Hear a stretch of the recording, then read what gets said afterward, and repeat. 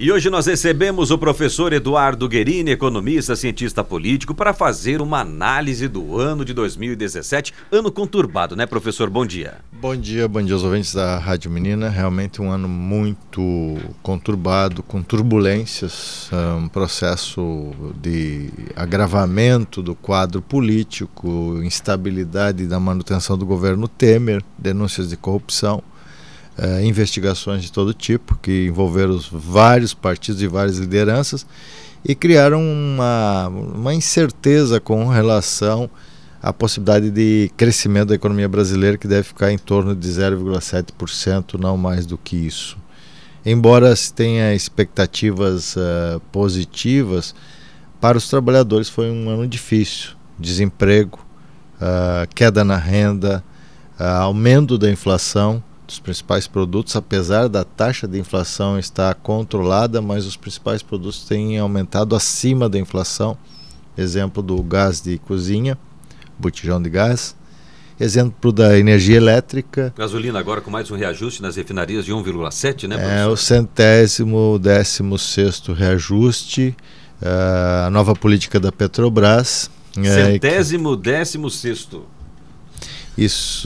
Isso significa que o governo ele está produzindo um arroxo aos trabalhadores, às pessoas em geral, às famílias, e objetivamente o confisco salarial por conta do não reajuste da tabela do imposto de renda. Em contrapartida, os brasileiros assistem um governo fazendo renúncia fiscal para grandes empresas, para sonegadores, para grandes devedores, e quer colocar nos ombros do trabalhador o custo dessa crise, que vai se arrastar por mais pelo menos 3 anos. Eu fico, professor, bom dia, analisando, e ontem eu estava na Praça Miranda Tamandaré, e a gente vem acompanhando o início da temporada, a questão da gasolina, né? A gente reclama tanto, né? E temos que reclamar, porque é nosso direito reclamar, porque a gente paga os impostos e eles estão lá, né, cada vez mais apertando a vida, sufocando o trabalhador. Mas eu fiquei analisando quanto carro circulando no Balneário Camboriú, que não tem lugar para botar carro, a BR lotada, e o povo reclama, tá todo mundo com o carro andando, meu Deus. Por que o povo compra tanto, professor? A questão do número de carros e das avenidas infartadas, inegavelmente elas são fruto daquela política de endividamento. Ou seja, hoje 2/3 das famílias brasileiras estão endividadas. O crédito produziu muitos carros nas avenidas e nas rodovias, mas o brasileiro está andando menos de carro. Ele está sentindo o custo da gasolina, do combustível, do álcool, da gasolina, do próprio gás. E essencialmente porque não tem transporte público. O Balneário Camboriú é um exemplo característico que você estava falando agora. Transporte público é lastimável. Não tem uma política para retirar o carro das avenidas, mas as avenidas de Balneário Camboriú estão infartadas. Avenida Brasil, Avenida Atlântica, Terceira Avenida, Avenida do Estado, por falta de planejamento urbano. Isso não é um problema dessa gestão, mas ele se agrava de gestão a gestão. Inegavelmente o brasileiro tem um péssimo hábito, que é gastar mais do que recebe, e em época de crise ele não tem provisão, não tem poupança, o que redunda nesse problema seríssimo de pessoas que estão fora do mercado de consumo. Apesar de todas as festividades de Natal, da Black Friday, o comércio ele não cresce num ritmo tão acelerado como o governo pretenderia, e a arrecadação está caindo, tanto que hoje os municípios estão passando pires. O governo do estado de Santa Catarina está numa crise, ele rapou o tacho para pagar o funcionalismo em dia, para dizer que cumpriu aquilo que é regulamentar. A bomba fica para Eduardo Pinho Moreno em 2018? Bom, o governador Raimundo Colombo vai deixar um legado histórico que os catarinenses nunca mais esquecerão. Ele foi um péssimo administrador, um gestor perdulário, ele alongou a dívida, fez crescer a dívida pública, e se os catarinenses tiverem um pouquinho de consciência, colocarão ele na aposentadoria compulsória para ele cuidar lá das reses na Coxilha Rica, que é o máximo que ele pode fazer. Inegavelmente ele vai deixar de restos a pagar algo em torno de 2 bilhões.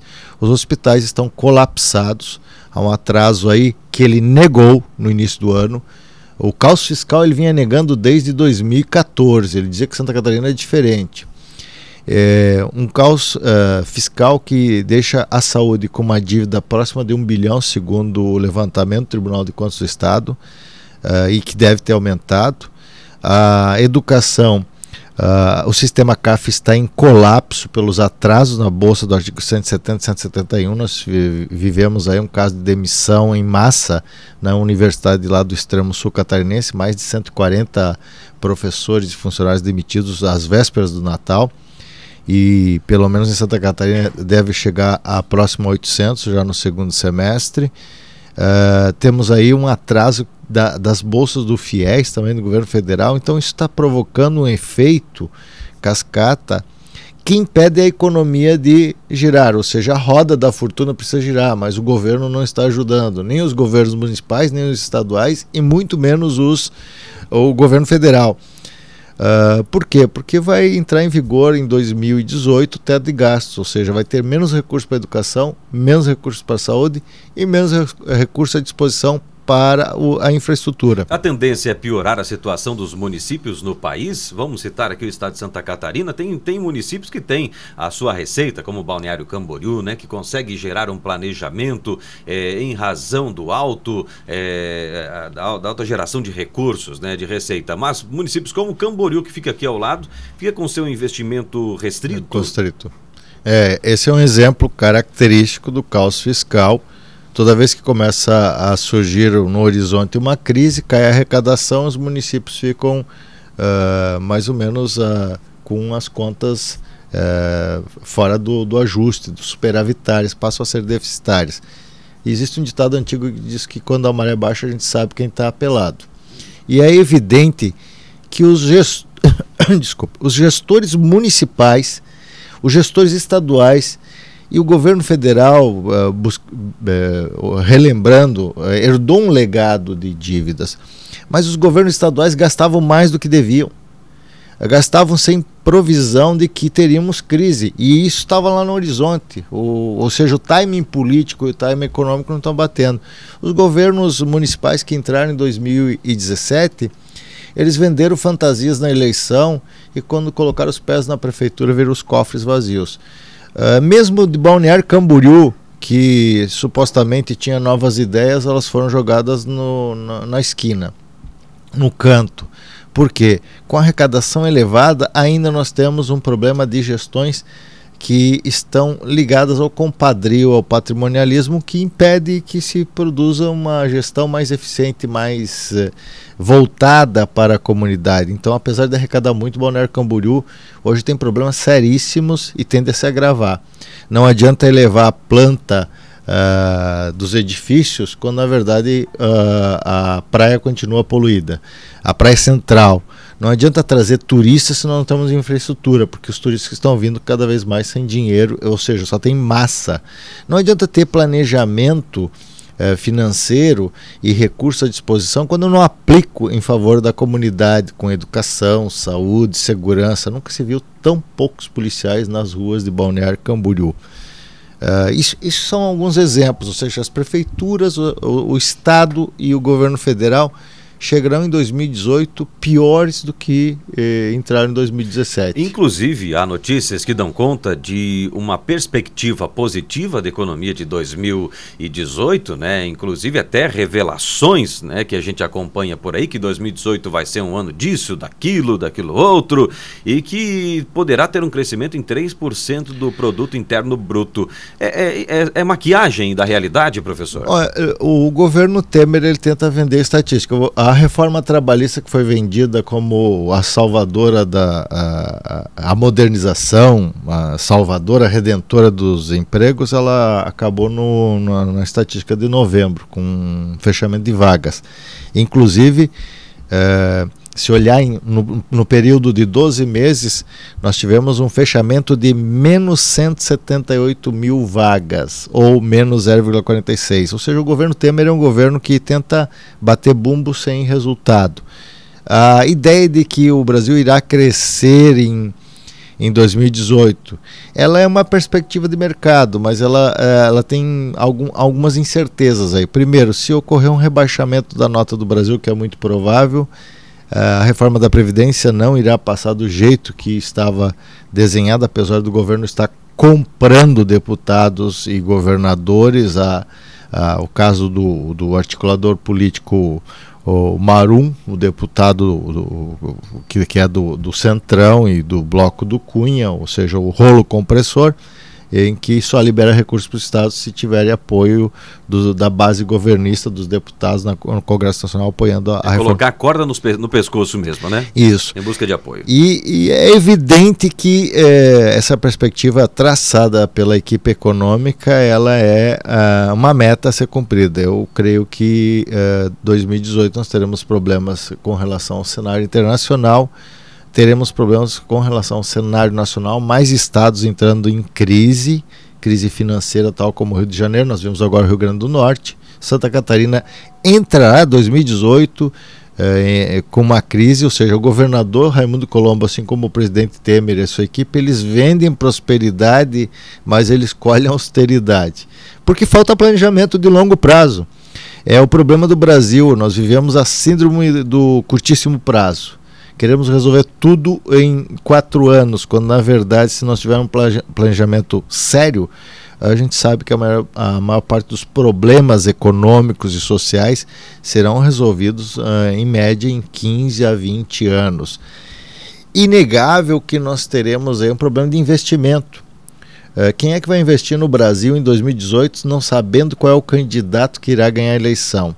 Se o Lula será candidato. Aliás, diga-se passagem, 2018 é o ano da incerteza política. Verdade, são 11 candidatos, né? 11 candidatos. Nós teremos a maior fragmentação de candidaturas e nenhuma delas consegue agregar aquilo que deveria ser a visão para o próximo presidente, coisa que a gente não tem há muito tempo. Nós correremos o risco entre o populismo de direita ou de esquerda e um candidato centrista que pode ser um animador de auditório.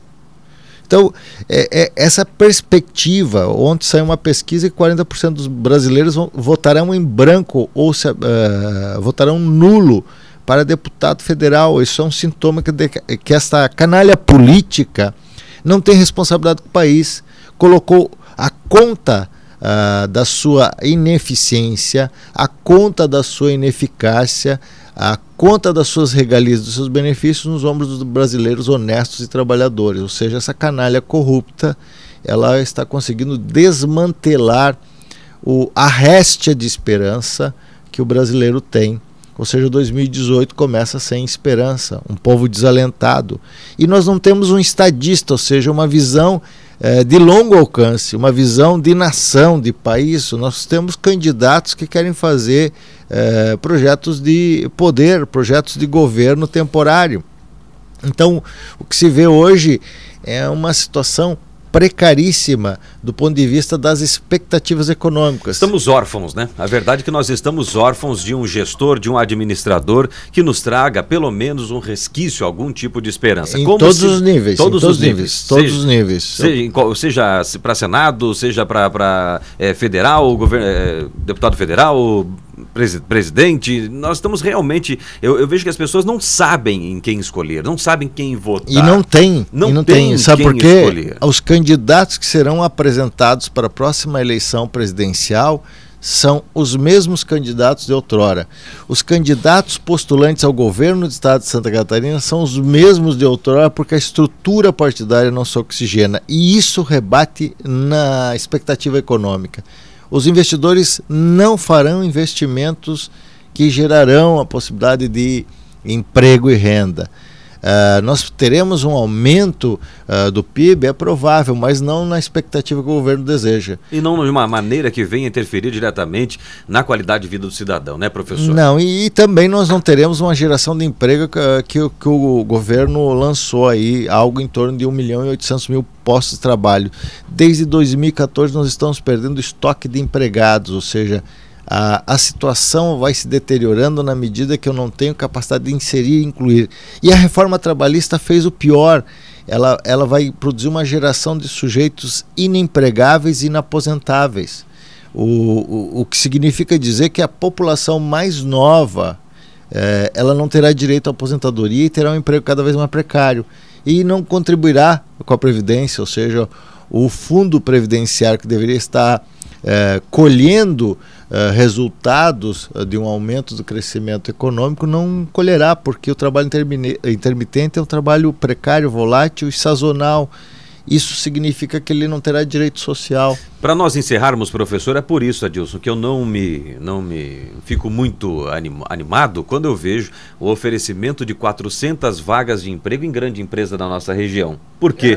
Porque é de caráter temporário, né? E esses temporários, eles estão preenchendo a vaga de outros 400 que ficaram desempregados e que agora vão permanecer durante o período e que serão mandados embora posteriormente e depois serão contratados outros, e assim continua um ciclo, porque para a empresa é muito mais barato. E isso vai acontecer, já está acontecendo, o que é lamentável. Inclusive com professores, tá? Inclusive com professores. Nós tivemos aí casos de grandes grupos empresariais da área de educação. A Estácio Sá, que demitiu 1.200 professores para contratar professores intermitentes, que são professores que ganharão por hora aula. Nós tivemos demissão em massa. Eu até brinquei que a reforma trabalhista ela ia trazer consigo um tsunami de demissões, e ela está produzindo isso. Esses empregos temporários, eles não são empregos que garantem uma qualidade de vida para o trabalhador, e não vão garantir também direitos sociais, e nem contribuirão para o caixa da Previdência, para os tributos. E é inegável que o governo tem que resolver alguns pontos de estrangulamento. A questão do confisco salarial, a questão do salário mínimo, a questão da Previdência, mas essencialmente este governo que está aí é um governo que está fazendo renúncia fiscal para aprovar uma reforma que resolverá um problema no futuro.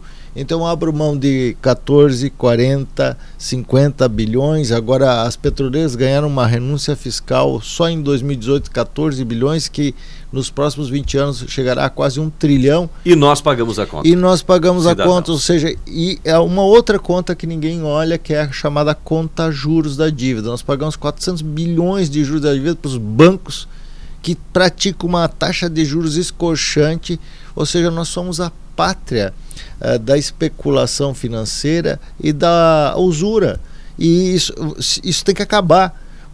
A taxa de inflação é 2,7%, a taxa Selic é 7%, a taxa ao ano, tá? A taxa do cheque especial chega a 300% ao ano, e o Banco Central está lá cochilando. É um real absurdo. Ou seja, eu coloco um banqueiro para cuidar dos assuntos do Banco Central, que é o Ilan Goldfein, que foi um ex-gestor do Banco Itaú. Eu coloco um ex-banqueiro no Ministério da Fazenda, ou seja, ele não quer investir no setor produtivo.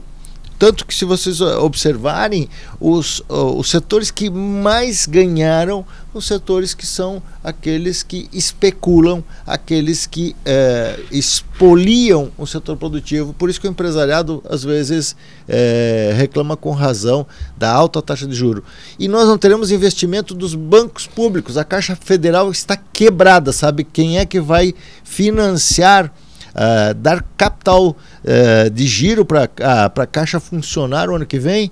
É o Fundo de Amparo dos Trabalhadores, do FGTS, do trabalhador que é contratado de maneira formal. Ou seja, um ministro da Fazenda que fica fazendo olas, se vangloriando que o Brasil gerou 1 milhão de postos de trabalho, mas 299 foram formais, e 2/3, aproximadamente 700 mil, foram informais. A situação do nosso país é complicada, Adilson Souza. É só ouvindo uma análise ampla da economia do nosso Brasil. Você não pode ir só pela mídia, pelas informações que chegam, né? Tem que vir assim, informações de cunho de conhecimento, né? Vocês já imaginaram 300 a 400 bilhões sendo lançados na economia e que são transferidos para grandes instituições rolarem a dívida pública brasileira? É complicado. Professor Eduardo Guerini, economista, cientista político, trazendo aí um levantamento de 2017 e a projeção para o ano de 2018. Por falta de tempo, eu gostaria de falar sobre planejamento financeiro pessoal, mas com essa proposta trabalhista do nosso Brasil, não tem nem como